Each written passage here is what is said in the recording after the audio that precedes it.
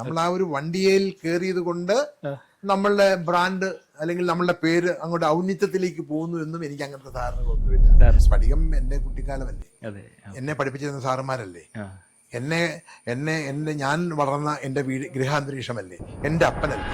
മോഹൻലാൽ ശരിക്കും പറഞ്ഞു കഴിഞ്ഞാൽ അയാളൊരു ഒരു പുരുഷജന്മം മാത്രമല്ല, അയാളൊരു നല്ലൊരു പങ്ക് സ്ത്രീയും കൂടിയാണ്. ഇന്നത്തെ സ്റ്റണ്ടുകളും മറ്റുമൊക്കെ എടുക്കുമ്പോൾ ഈ മോഹൻലാൽ എന്ന് പറഞ്ഞ ആളെ മുഴുവൻ ഒറിജിനലായിട്ട് വളരെ ചുരുക്കം സ്ഥലങ്ങളിൽ മാത്രമാണ് ഈ ഡ്യൂപ്പുകൾ ഉപയോഗിച്ചിരിക്കുന്നത്.